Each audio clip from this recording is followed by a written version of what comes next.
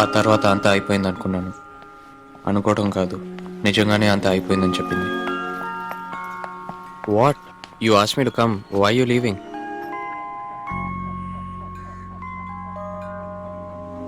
నన్ను ప్రేమిస్తున్నావు అనుకున్నా. ప్రేమించే అమ్మాయి అన్నని పట్టుకుని ఇలాగే కొడతావా?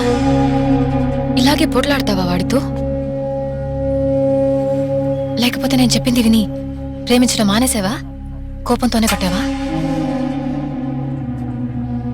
నీకోసం తన్నులు తినాల్సిందంటావా? వాడు కాలు పట్టుకోవాల్సిందంటావా? నా వల్ల కాల్ చేసి. కానీ నేను నిన్ను ఎంత ప్రేమిస్తానో నీకు బాగా తెలుసు. Anyway, it's all over now. నా పెళ్లి ఏర్పాట్లు జరుగుతున్నాయి. ఈ గొడవ వల్ల ఇంతకు ముందే సంబంధం చూశారు, ఇప్పుడు డేట్ ఫిక్స్ చేశారు. ట్రైన్లో మన ఇద్దరం కలిసి వచ్చినప్పుడే తెలుసా నీకు ఇది? తెలియదు. ఇక్కడ నన్ను మీట్ అయ్యి నాకు నువ్వు అంటే ఇష్టం అని చెప్పా కదా, ఆ రోజు పొద్దున్నే ఫస్ట్ టైం నాన్నగారు మాట్లాడారు. ఇవాళ మార్నింగే కన్ఫర్మ్ చేశారు. నాకు చెప్పారు ఇది జరుగుతుందని. నాకు తెలుసు. మొన్నటి దాకా నాన్నగారితో నీ గురించి మాట్లాడాలి, కాళ్ల మీద పడైనా కన్విన్స్ చేయాలని అనుకునేదాన్ని. కానీ ఈ గొడవల తర్వాత ఆయన దగ్గరికి వెళ్ళి ఏం మాట్లాడాలో, ఎలా అడగాలో కూడా అర్థం కావట్లేదు. వేరే దారి లేదు. సో టు వెడ్డింగ్ వచ్చే నెల కేరళలో 23rd. నువ్వు వచ్చావు చూడు, అదే చర్చ్లో.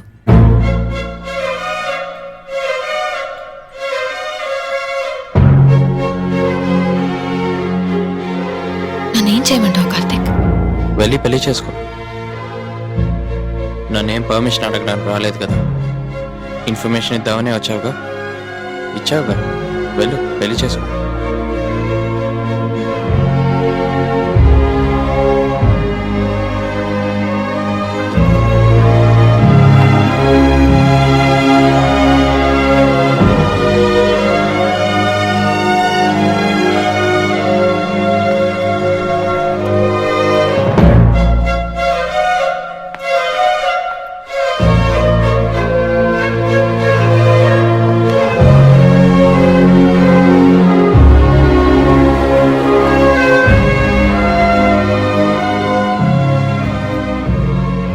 ఆ తర్వాత తన్ని నేను ఎక్కువ చూడలేదు. ఒకసారి చూశాను, నన్ను చూసి నవ్వింది. కవితలా అనిపించింది, కోపము వచ్చింది.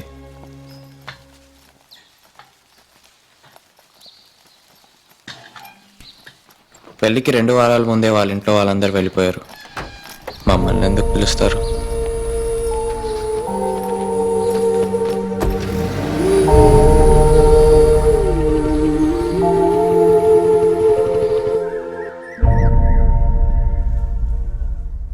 తన పెళ్ళికి వెళ్ళాలి మామ. ఏంటి పెళ్ళికా? కేరళకి? కలర్ కలర్ లుంగీలు వేసుకొచ్చి పిచ్చ కొట్టుడు కొడతారు మామ. చేతికి అందిని దొరికినట్టు కోసి పారేస్తారు. లోపలికి ఎంట్రీ దొరకదురా. ఖచ్చితంగా తన పెళ్ళికి వెళ్ళాలి మామ. వెళ్ళాలని చాలాసార్లు చెప్తున్నావు. ఎందుకు వెళ్ళాలో సాలిడ్ గా రీజన్ చెప్పగలవా? తను లవ్ చేస్తున్నాను మామ. తన మోహన్ చూడాలి. తన పెళ్ళికి వెళ్ళాలి మామ. లాగే కాదురా, అదే చర్చరా మావా. చూస్తాడా మామ?